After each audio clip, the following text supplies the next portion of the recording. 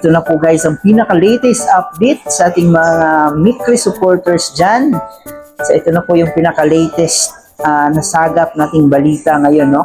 So dito nga po guys ay nalaman natin na sobrang nalungkot po si Kalingap Mikoy sa nangyari. And dito po sa ating mapanood ay talagang napaiyak si Kalingap Mikoy. Hindi niya napigilan yung sarili niya sa nangyari. So sobrang emotional po siya. Mamaya ng konti ay ating malalaman kung bakit nga ba napaiyak si Kalingap Mikoy. Bago tayo magpatuloy doon, shoutout muna tayo sa ating ama ng Kalingap, Kuya Bal Santos Matubang, Ate Edna Vlog, and Kalingap Rab. Supportan po natin ng mga T-Boys, Kalingap Partners, mga charity vloggers sa Pilipinas. So tumutulong sa ating mga kabayang mahihirap, huwag nating kalimutan. Siyempre, yung makasama nating Kalingap reactors, lahat po ng mga nagko-content, nagdidepensa dito sa Kalingap, supportahan po natin. At siyempre guys, ito po yung lingkod, Chloe TV. Baka hindi pa kayo nakapag-subscribe, paki-turn notification bell para laging updated every time na mag-a-upload po tayo. Paki-like and share na rin itong video na to guys para mas eloquent pa tayo ni YouTube. So ito nga po guys, no, bakit nga ba napaiyak si Kalingap Mikoy? Panoorin na natin itong video clip na to. Announcement lang po mga Kalingap. So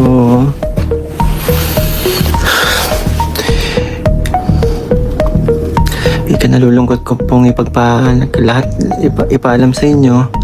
Lahat po kami nagulat.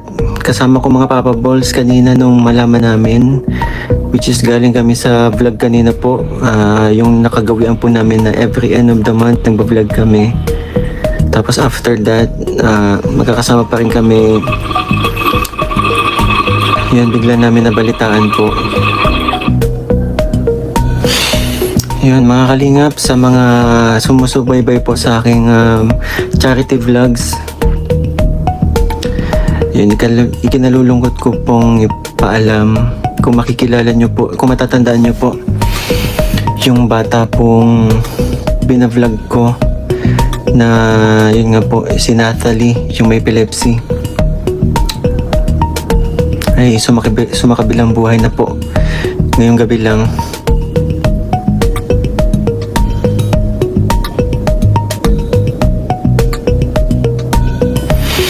Biglaan. And alam nyo mga Kalingap, plano ko pa naman silang puntahan next week. This week actually, this week.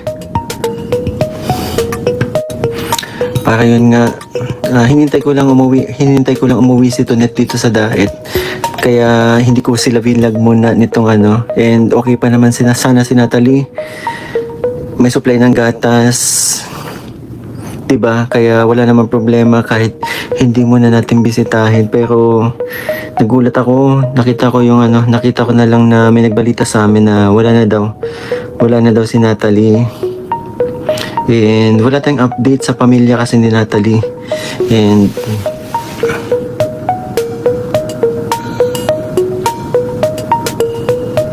so yun nga, plano ko pa naman sana silang puntahan ngayong week para yun nga, kumustahin.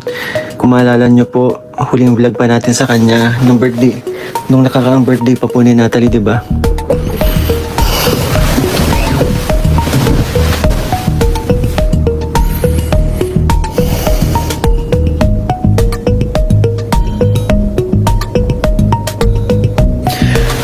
Huling vlog natin sa kanya. Yun na pala yung magiging huli. Kung saan si Natalie ay nakita natin ngumiti, di ba? First time natin ngumiti.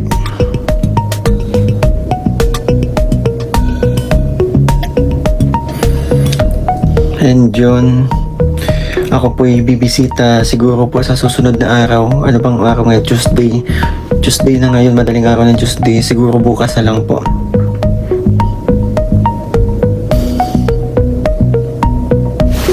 O ngayon, saya-saya ng birthday niya. And ganun pala mga Kalingap, pag nawawalan ka ng beneficiary, masakit pala ganun na, kasi napalapit na din sa akin yung bata, di ba? And nagulat talaga kanina kasama ko si Papa Bulrichi. Naluha talaga si Papa Bulrichi kasi may ano talaga sa bata yun eh.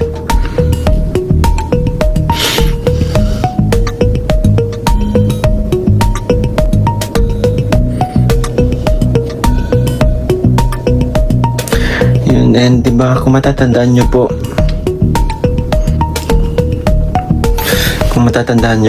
yung tatay niya which is si Jerome, di ba? Yung mga sinabi niya sa amin na talagang nagpatayo ng balahibo namin, di ba?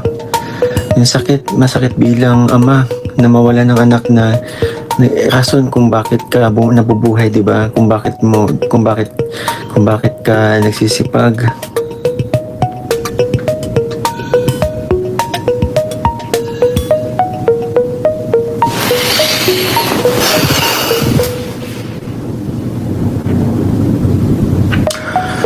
Nakakalungkot lang isipin, di ba, na hindi na pala natin, huling vlog na pala natin kay Natalie yun. And yun nga daw, dinala daw sa hospital si Natalie kasi hindi bumababa yung lagnat, pero yun nga, parang unconscious na nga daw po, pero may oxygen pa hanggang sa nawala na daw po ng hininga. Ngayon ko lang nalaman, wala kasi tayong balita kung ano.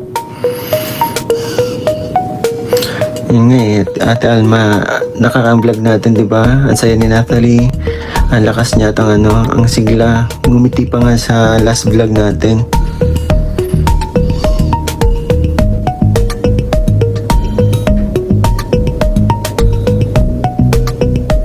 Mabait pa naman yung papa ni Natalie, kaya nga daw siya nagsisipag dahil kay Natalie.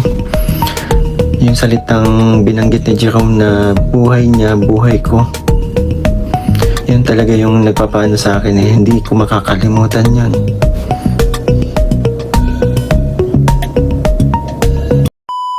So yun na nga po guys, no? Sobrang nalungkot si Kalingap Mikoy sa balita kasi hindi niya inaasahan na yung isa sa beneficiary niya is pumanaw na. And syempre, napamahal na rin sa kanya itong si Natalie. So talagang emotional si Kalingap Mikoy sa kanyang live. At di rin talaga niya inaasahan na wala na pala si Natalie. Sabi pa niya dito ay gusto sana daw niyang bisitahin this week si Natalie, pero yun ay huli na pala siya kasi pumanaw na pala itong si Natalie. Yun na nga, meron daw sakit itong si Natalie. So siguro nag-triggered na, lumala na yung sakit ng bata. Kaya sobrang nakakaawa po.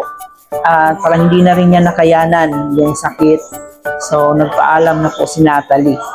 So, dahil isa ito sa paboritong beneficiary ni Kalingap Mikoy, nakita talaga natin kung gaano siya ka-emotional sa nangyari dito sa kanyang beneficiary. Ipag-pray na lang po natin na malampasan sa pamilya ni Natalie yung nangyari dito sa kanilang pamilya, yung nangyari kay Natalie. At sana ay matulungan rin ni Kalingap Mikoy financially itong pamilya ni Natalie. At syempre sa mga kamikris natin dyan na may mga mabubuting puso, so pwede naman siguro kayong kumontak kay Kalingap Mikoy kung meron kayong gustong itulong, ipaabot na tulong, financial dito sa pamilya ni Natalie.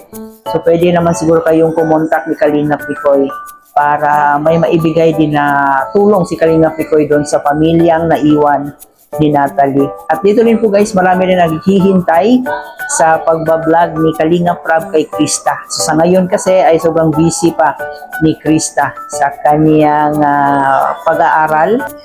So antayin na lang natin kung kailan ang pagbablog ni Kalingap Rab dito kay Krista. And alam ko na marami sa inyo ang namimiss na talaga ng sobra itong dalawa. So sa ngayon ay tiis-tiis na muna tayo. So hintayin na lang po natin yung pag-vlog ni Kalingap Rab dito kay Krista. So yan lang muna guys ang ating update dito sa Mikres. Huwag kalimutan mag-like and share and paki-comment po dyan sa ating comment section kung namimiss nyo na ba ang ating Mikres. Ito po inyong host na si Chloe TV. Thank you for watching.